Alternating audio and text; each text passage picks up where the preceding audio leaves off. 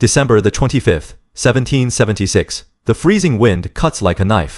The rebel army is completely falling apart. They are starving, they are dressed in thin rags. Their bare feet leave bloody red footprints in the thick white snow. The most powerful empire on earth is hunting them down without mercy. In just a few days, the enlistment contracts for most of these soldiers will completely expire. The rebellion is about to be crushed forever. The dream of a new, free nation is almost dead.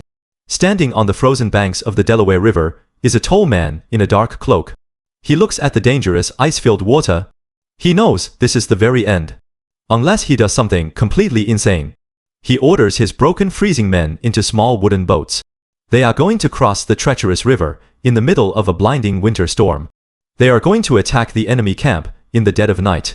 It is a dangerous suicide mission. But it is their only hope.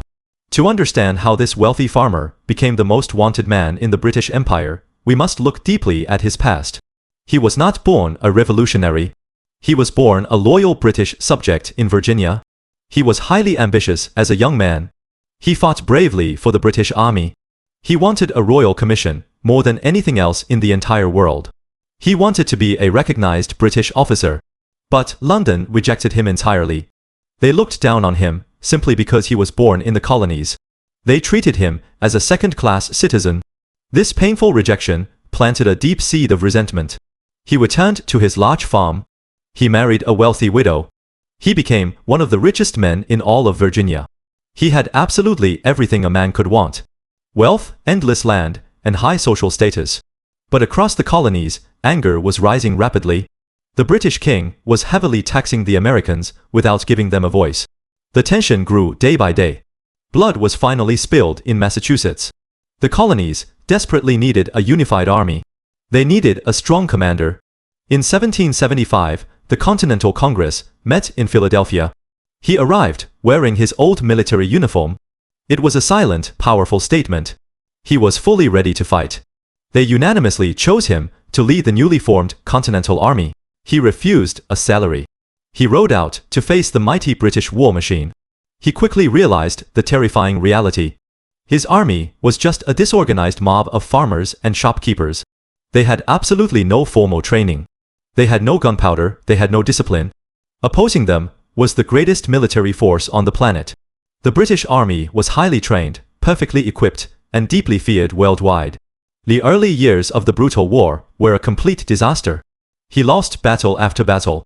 He was outsmarted, he was outmaneuvered. He was forced to retreat constantly. New York City burned to the ground.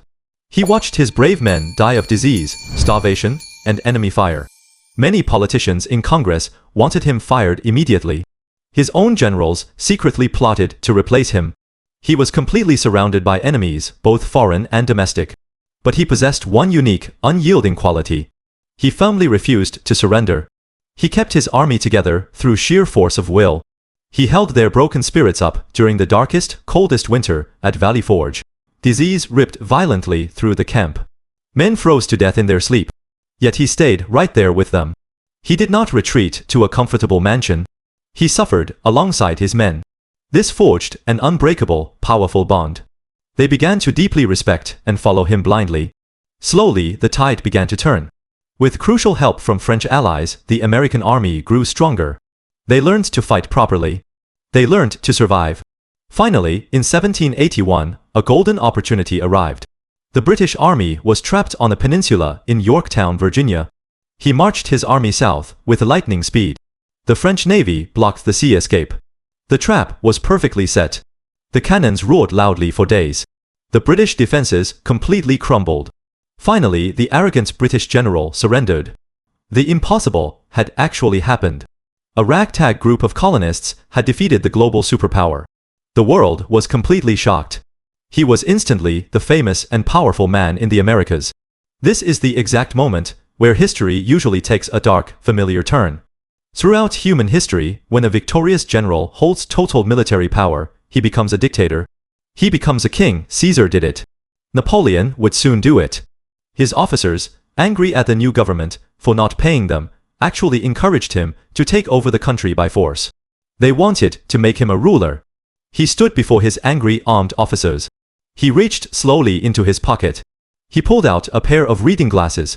None of his men had ever seen him wear glasses before. He quietly said, "Gentlemen, you will permit me to put on my spectacles, for I have not only grown gray but almost blind in the service of my country." The room fell completely silent. Hardened, tough soldiers began to weep openly. The military coup was instantly destroyed by a single gesture of pure vulnerability. Then, he did something that stunned the entire world. In 1783, he walked right into Congress.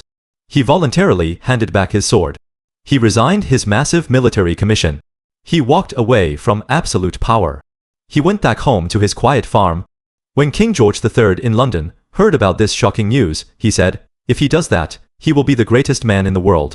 But the fragile new nation was still deeply troubled. Without a strong central government, the states began fighting each other. The economy crashed hard. Violent rebellions broke out in the streets. The country they had bled for was tearing itself apart. The people realized they needed a leader. They needed a figurehead to hold the broken pieces together. They drafted a completely new constitution. They created a new, powerful office, the presidency, and there was only one man everyone trusted enough to hold that massive power. They called him out of his peaceful retirement.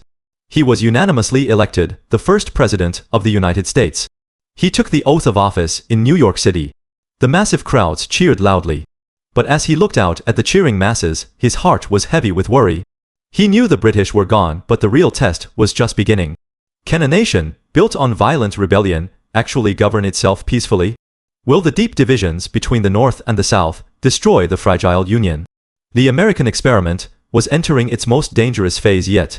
What unprecedented challenges await the first president? And how will he handle a massive crisis that threatens to tear the country apart from the inside? We will uncover the thrilling answers in the next episode.